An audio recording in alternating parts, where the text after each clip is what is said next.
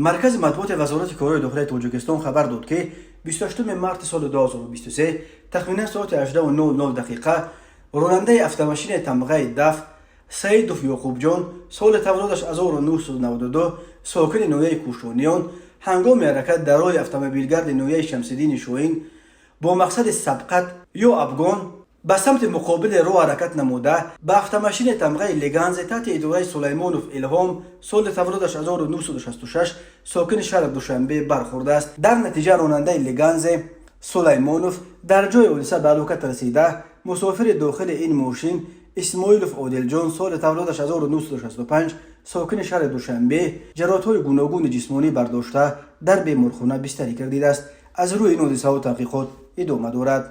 راه‌های تاجیکستان از لحاظ صدمه‌ها پرخطر به شمار می‌روند. سال 2022 بر اثر 1096 صدمه در راه‌های جمهوری 416 نفر به هلاکت رسیده، 1197 تن دیگر مجروح شدند. سال 2021 باشد در راه‌های تاجیکستان در نتیجه 1102 صدمه 395 نفر جان باخته، 1217 تن دیگر جراحت برداشتند.